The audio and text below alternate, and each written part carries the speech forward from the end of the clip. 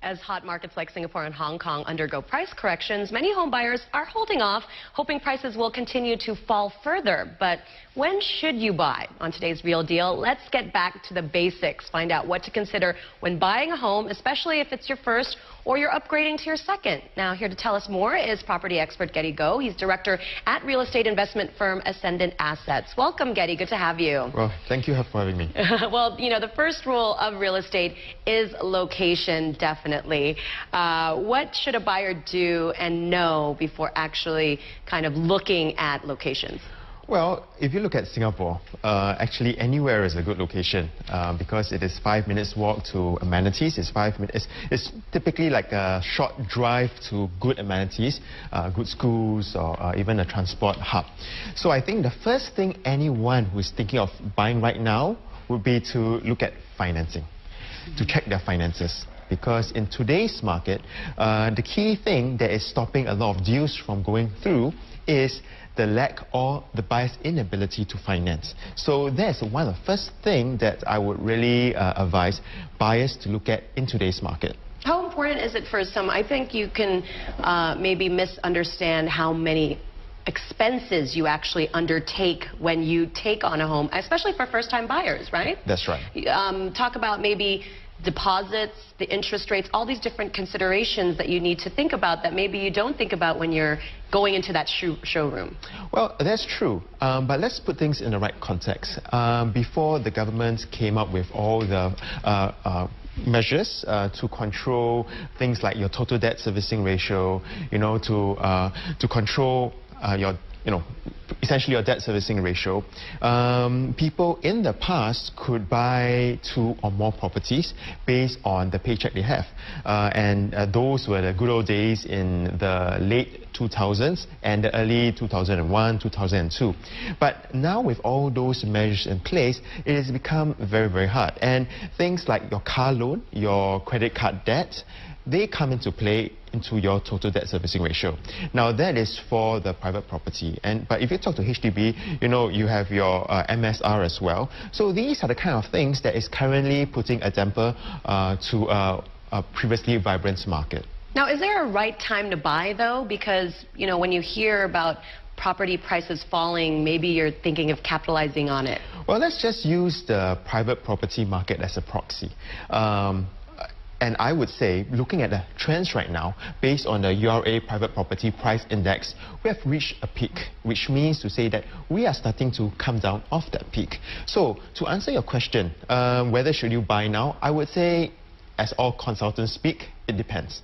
And what does it depend on? If you are buying for your own stay and you need to get a place, either because you're getting married, you're upgrading because of it's close to a good school for your kids, then I would say yes, there's probably still some reasons for you to go out there and start looking. But if you're looking for an investment, if you're buying it as an investor, then I would say it's probably better for you to really put that decision off for some time. This is because even if you to buy now, and even if prices right now is say cheaper than 3 to 6 months ago, you must be mentally prepared that prices will continue to go down for the next 3 to 6 months, or even the next 1 to 2 years.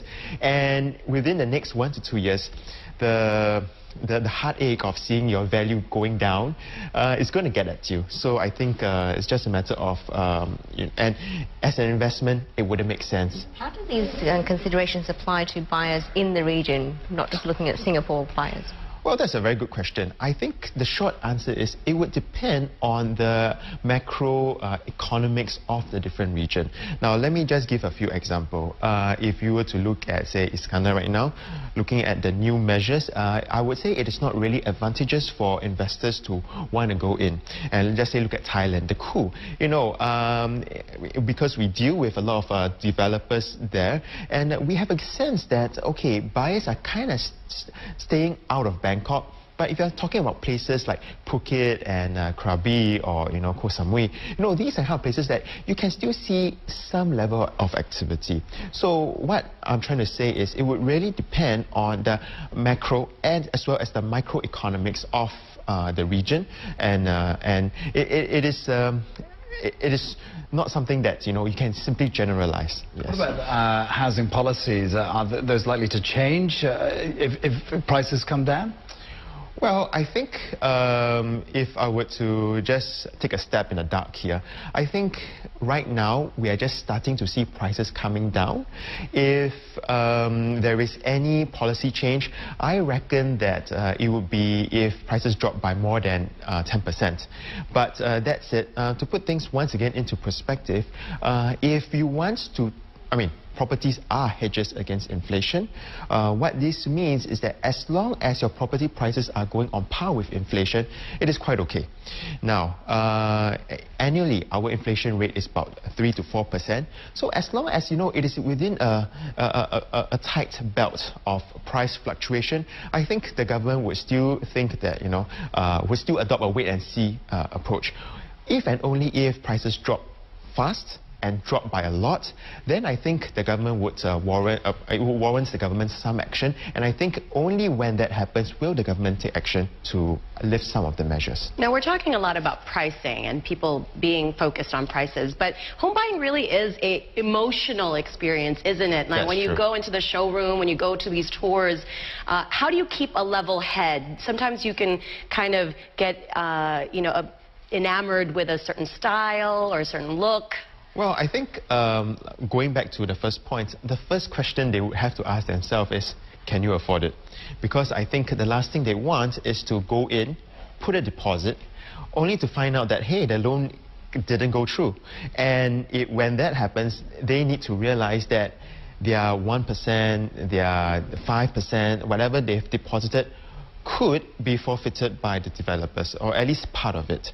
So I think they must be aware that the developers, when they put their money down, depending on the terms and conditions of the contract, there is some risk of them losing the deposit. And I think they should always bear that in mind. And even if they're buying off the resale market, if you put the option money down and you choose not to go through, the seller has the right to hold on to your 1%. So I think they must remember that. And of course, the short answer is to find a good property agent. I think the quality of agents these days have gone up, because as compared to the past, before the Council of Estate Agents came into effect, there was really no way to regulate these guys. And right now, I would go so far to say there are a lot of professional agents, some extremely competent, and I think finding one or two of those good guys can really guide you through and save you a lot of heartache. Yeah, really need to focus also on other considerations. Finding the sellers that may need to sell as well. I think that's a good deal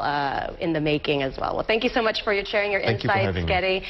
Getty Go is director at real estate investment firm Ascendant Assets.